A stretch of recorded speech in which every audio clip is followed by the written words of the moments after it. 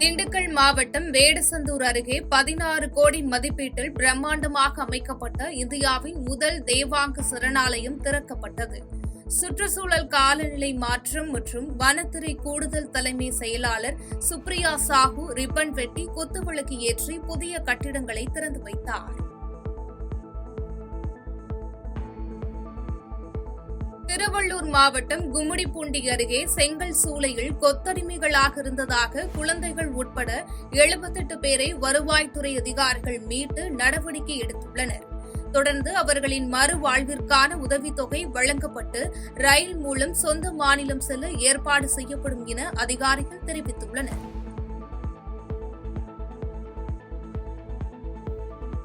சர்வதேச மகளிர் தினத்தை முன்னிட்டு விருதுநகர் மாவட்டம் ராஜபாளையத்தில் நடந்த விழிப்புணர்வு நிகழ்ச்சியில் 1000 மகளிர் ஒன்றிணைந்து மகளிர் தின லோகோ வடிவில் அணிவகுத்து நின்று உறுதிமொழி எடுத்து உலக சாதனை படைத்தனர். இந்த சாதனையை ஏற்றுக்கொண்ட உலக சாதனை நிறுவனம் சாதனை படைத்ததற்கான சான்றிதழ்கள் மற்றும் பதக்கங்களை வழங்கி பாராட்டினர்.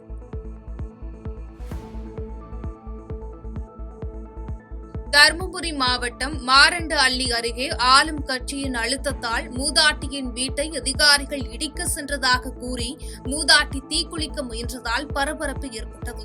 இதனைத் தொடர்ந்து அங்கு பதற்றமான சூழ்நிலை நிலவியதை தொடர்ந்து அதிகாரிகள் கட்டிடம் இடிக்கும் இடத்தை கைவிட்டு பின்வாங்கிச் சென்றனர்.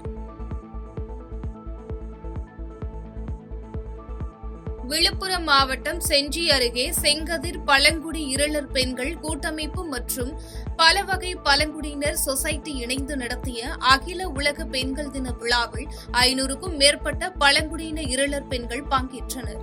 பழங்குடியின இருளர் பெண்கள் பொருளாதாரத்தில் முன்னேற கறவை மாடுகள் வாங்கவும் மரக்கன்று பண்ணை அமைத்துக் கொள்ளவும் 23,75,000 ரூபாய் மதிப்பீட்டில் காசோலைகளும் வழங்கப்பட்டன.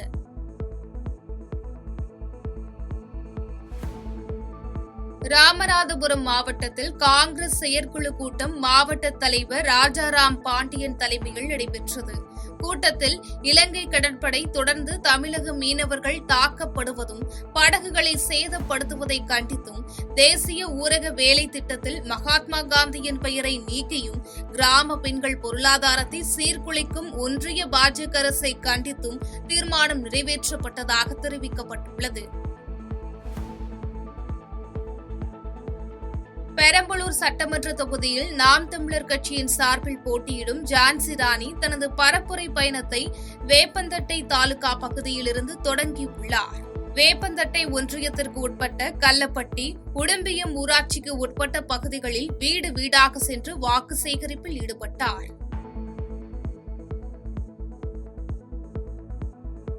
நாமக்கல் மாவட்டம் ராசிபுரம் அருகே 15 ஆண்டுகளாக பொதுமக்கள் பயன்பாட்டில் இருந்த பொது கழிப்பிட செப்டிக் டேங்கில் 10க்கும் மேற்பட்ட பாம்புகள் சுற்றித் திரிந்த சம்பவம் அதிர்ச்சியை ஏற்படுத்தியுள்ளது.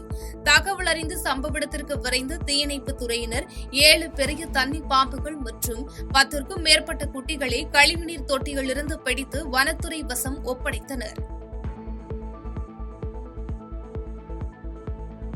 திருப்பத்தூர் மாவட்டம் வாணியம்பாடி சட்டமன்ற தொகுதியில் உள்ள LC 81 ரயில்வே கேட்டை கடந்து செல்ல மேம்பாலம் அமைக்க வேண்டும் என்ற கோரிக்கை மீண்டும் வலுத்து வருகிறது.